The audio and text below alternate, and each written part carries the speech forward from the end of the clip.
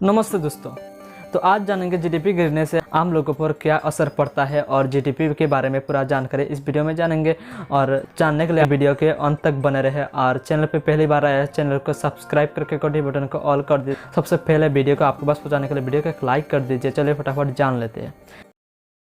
Corona संकट की वजह से अप्रैल से जून की इस वित्त वर्ष की पहली तिमाही के सकल घरेलू उत्पाद में 23.9% की ऐतिहासिक गिरावट आई है, यानी जीडीपी में करीब 1/4 की कमी आ गई है। आइए जानते हैं कि जीडीपी की गिरावट यानी उसके नेगेटिव में जाने का आखिर आम आदमी पर क्या असर पड़ता है। पहली तिमाही में रियल जीडीपी 26.90 लाख करोड़ रुपए की रही है, जबकि पिछले वर्ष की इसी अवधि में यह 35.35 लाख करोड़ रुपए की थी। इस तरह इसमें 23.9% की गिरावट आई है। पिछले साल इस दौरान जीडीपी में 5.2% की बढ़त हुई थी। तो क्या होती है जीडीपी? किसी देश की सीमा में एक निर्धारित समय के भीतर तैयार सभी वस्तुओं और सेवाओं के कुल मौद्रिक या बाजार मूल्यों को सकल घरेलू उत्पाद जीडीपी कहते हैं। यह किसी देश के घरेलू उत्पादन का व्यापक मापन होता है और इससे किसी देश की अर्थव्यवस्था की सेहत पता चलती है।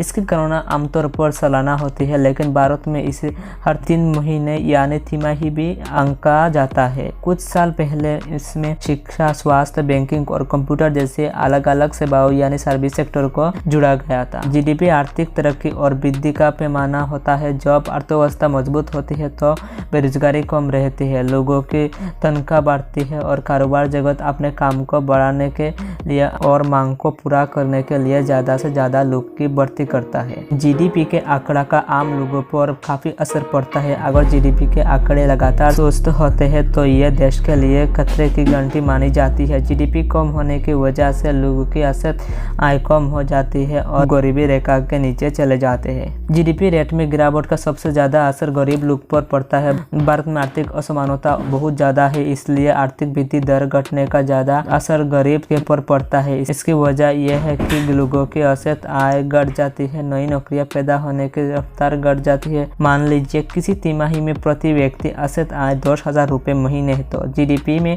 26% का गिरावट का मतलब है कि लोगों की औसत आय 2,400 रुपये की गिरावट आ गई और ये करीब 7,600 रह गई है। जीडीपी गिरने से राजकोषीय घाटा बढ़ने का भी खतरा हो जाता है। ये एक बड़ा दुष्चक्र है। इसके अलावा उद्योगपतियों, शेयर बाजार निवेशकों, कारोबारी आदि की भी जीडीपी पर गहरी नजर रहती है और इसके डेटा के आधार पर वो आगे निवेश का फैसला करते हैं। जीडीपी में गिरावट का मतलब है कि कारोबारियों में भविष्य को लेकर संशय पैदा होगा और वो निवेश से हिचकेंगे। नए निवेश ना होने से नई नौकरियों का सृजन नहीं होगा।